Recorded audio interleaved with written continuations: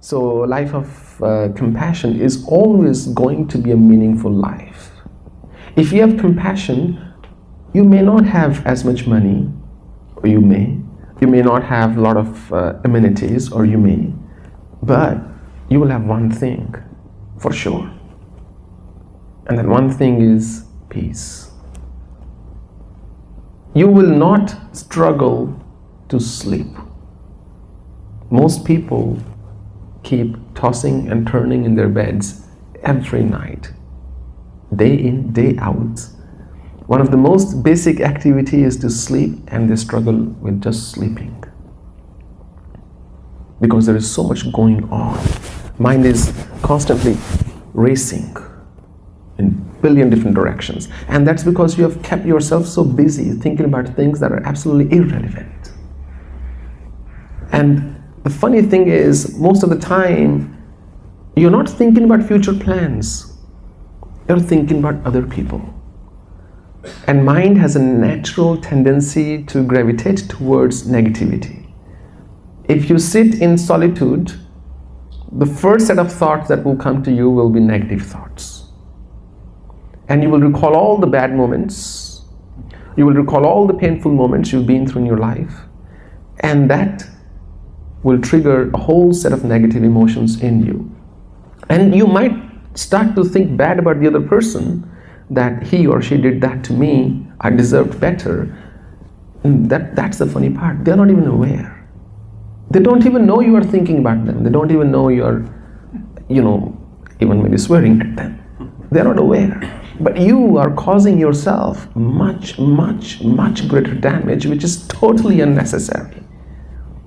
It's much better to pick up the phone and call the person and say, well, this is what I'm thinking. I think you need to listen to me.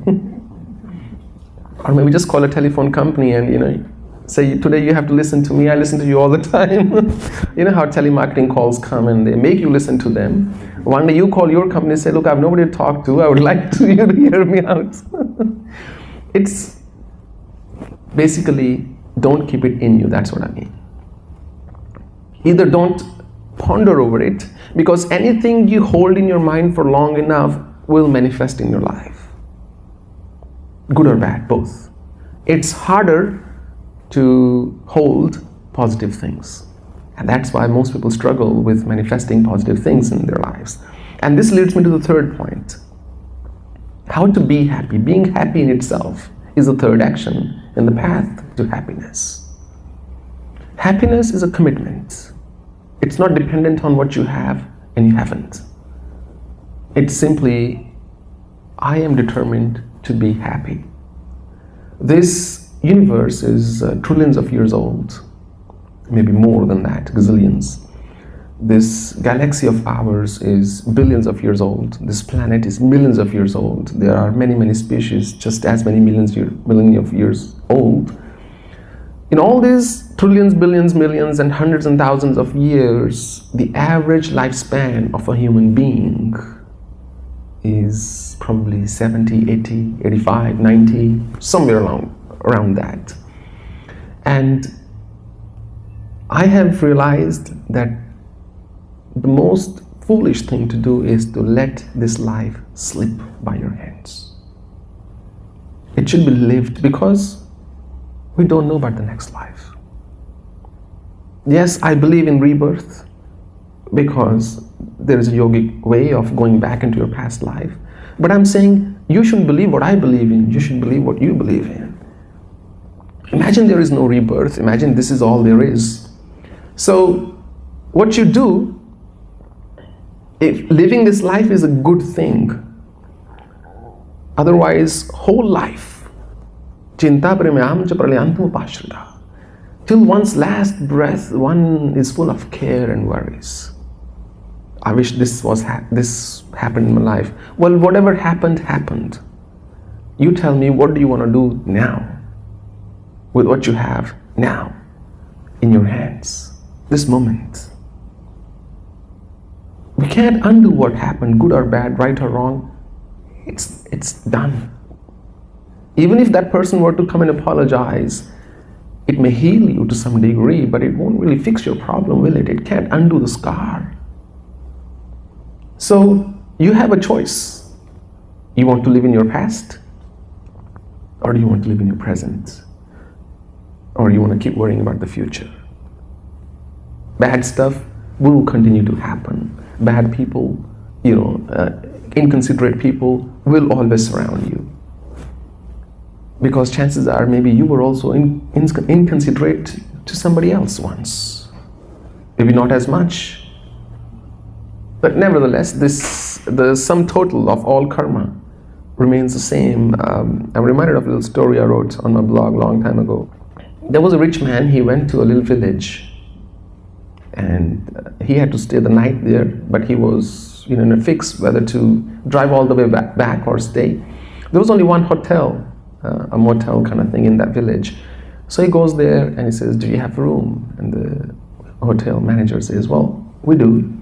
And he said, how much is it? It's $200. And he said, I'd like to see the room first. The manager says, sure, you can see the room, but you have to give a deposit of $100 to see the room. If you don't like it, we give you the $100 back. He says, sure, no problem. He takes a $100 bill, puts on the table, and the manager calls the bellboy and says, please take him to the top floor and show him our room. So he goes, the manager goes running to the next door grocery store because he owed the grocery owner, the shop owner, $100. He said, well, I owed you $100, so here's your $100 bill. Now I don't owe you anything. The shopkeeper said, yes, we are even. But the shopkeeper owed a farmer $100 because he had gotten some stuff from him. He goes running to the farmer and says, well, here's your $100. It's been weighing on my head for many, many months now. I'm so glad to be debt-free. Now I don't owe you anything. And the farmer said, yeah, well, it's all settled. You don't owe me anything. The farmer owed a cop $100. I don't know for what service, but he did. So the cop was just next to him. He happened to be sitting there. So he said to the cop, well, here's your $100. I don't owe you anything now. And the cop said, well, fine, that's right. You don't owe me anything. And I'm happy to get my $100 back. The cop owed a prostitute $100. So he runs to the prostitute and says, well, here's your $100.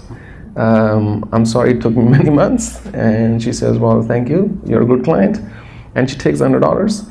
And she owed the hotel $100. She goes to the hotel manager. She said, well, I owe you $100. Here's your $100. So I don't owe you anything now.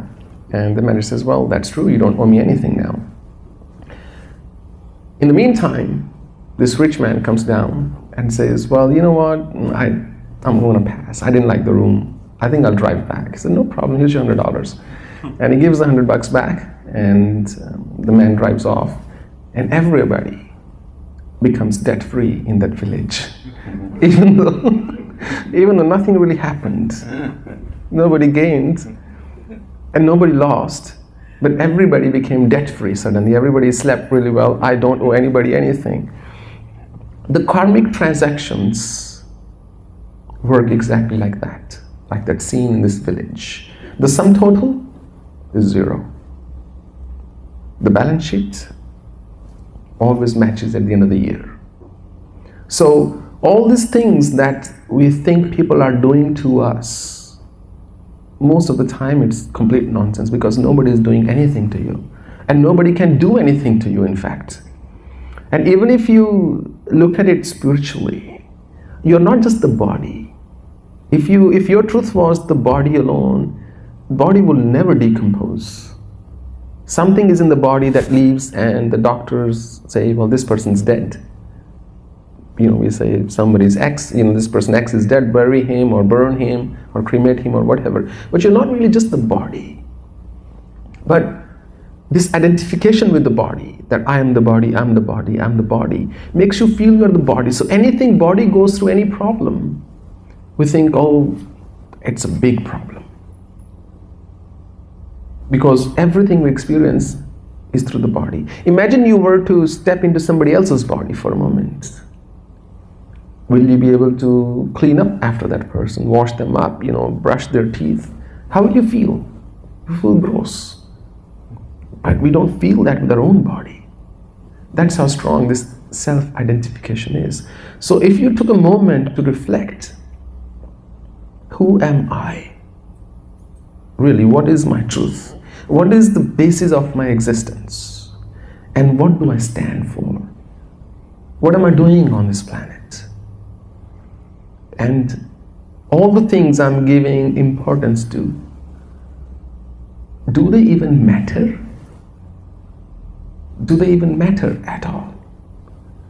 Everything that I've held on to cripple myself, is there any sense to it? And 90% of these feelings, these emotions go away when you make a conscious commitment to compassion. When you say, well, this is how I am going to lead my life.